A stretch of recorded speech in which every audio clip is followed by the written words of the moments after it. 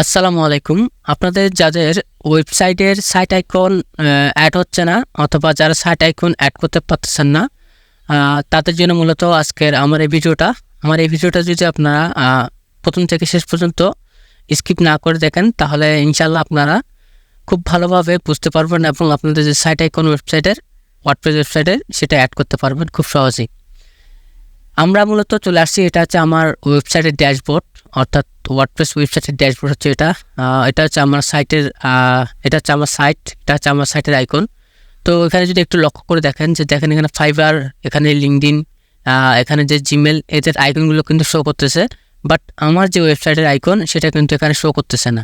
তো সেটা কিভাবে শো করতে হয় বা কিভাবে শো করব, চলুন সেটাকে আমরা দেখে নিই। তো আমরা আমাদের ড্যাশবোর্ডে আসার পরে, এটা হচ্ছে আমাদের ওয়েবসাইটের ড্যাশবোর্ডে আসার পরে আমরা কীভাবে ওয়েবসাইটের ড্যাশবোর্ডে আসবো সেটা অবশ্যই হয়তো আপনারা জানেন।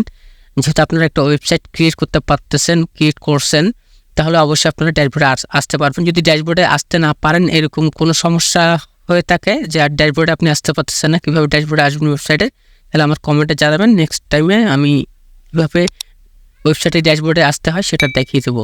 এখানে দেখেন, এখানে আমার এটা হচ্ছে আমার ড্যাশবোর্ড থেকে আমি একটু নিচে এসে যদি এই যে অ্যাপায়ারেন্স নামে এই অপশনটাতে ক্লিক করি, এই অপশনটাতে ক্লিক করার পর দেখেন এখানে কতগুলো অপশন চলে আসছে। এখান থেকে আমরা সোজাসুজি চলে যাব কাস্টমাইজেশন আমরা ক্লিক করব। কাস্টমাইজেশনে ক্লিক করার পর এরকম একটা নতুন ইন্টারফেস আমাদের সামনে চলে আসবে। তো এরকম একটা নতুন ইন্টারফেস আমাদের সামনে চলে আসার পর আমরা এখান থেকে সোজাসুজি চলে যাব। দেখেন এখান থেকে সোজাসুজি চলে যাব এই যে সাইট আইডেন্টি, এই অপশনটাতে সাইট আইডেন্টি নামক এই অপশনটাতে যাব। সাইট আইডেন্টি নামক এই অপশনটাতে আমরা ক্লিক করব। সাইট আইডেন্টিতে ক্লিক করার পরে আমাদের সামনে এরকম আরেকটা ইন্টারফেস ওপেন হবে। এই ইন্টারফেসে দেখেন এখানে বলছে সাইট আইকন নামক একটা অপশন আছে। এখান থেকে যে সিলেক্ট সাইট আইকন এই অপশনটাতে ক্লিক করব।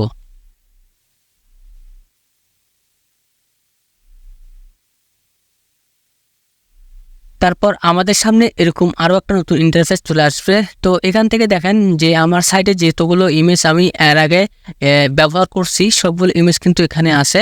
তো এখানে যদি আপনার যে সাইট আইকনটা বা লোগোটা যদি এখানে আপনি আগে কখনো ইউজ করে থাকেন, তাহলে কিন্তু এখানে থাকবে। যদি এখানে না থাকে, তাহলে আপনি চলে যাবেন সরাসরি আপলোড ফাইলে। এই আপলোড ফাইলে যাবেন, আপলোড ফাইল থেকে সিলেক্ট ফাইলে যাবেন।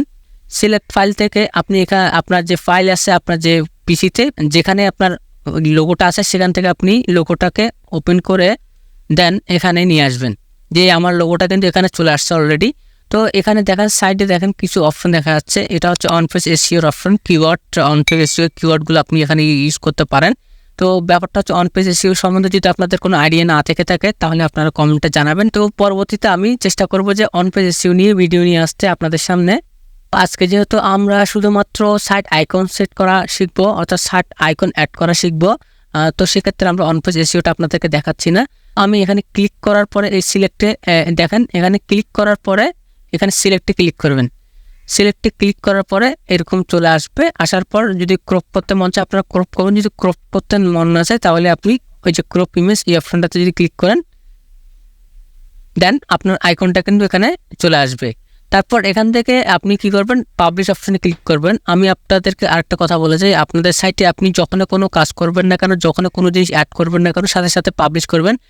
আদারওয়াইজ আপনি যদি পাবলিশ না করেন, সেটা কিন্তু শো করবে না বা সেটা সেভ হবে না। আমরা যেমন অন্য কোনো কানে কাজ করলে আমরা সেভ অপশনে ক্লিক করি, এখানে পাবলিক অপশনে আপনাকে ক্লিক করতে হবে।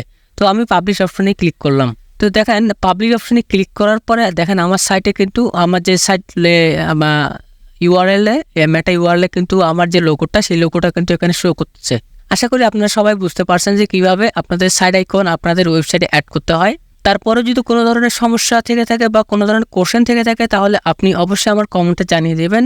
আর সেই সাথে আরও একটা কথা বলতে চাই, যারা আমার এই ভিডিওটা দেখছেন, আপনারা যদি নতুন হয়ে থাকেন আমার এই চ্যানেলে, তাহলে অবশ্যই আমার চ্যানেলটি সাবস্ক্রাইব করে রাখবেন। কারণ পরবর্তীতে আমি যখন নতুন করে ভিডিও আপলোড করব, প্রবলেম সলিউশন ভিডিও, তখন কিন্তু সবার আগে আপনারা পেয়ে যাবেন। সে পর্যন্ত সবাই ভালো থাকবেন, সুস্থ থাকবেন। আল্লাহ হাফেজ।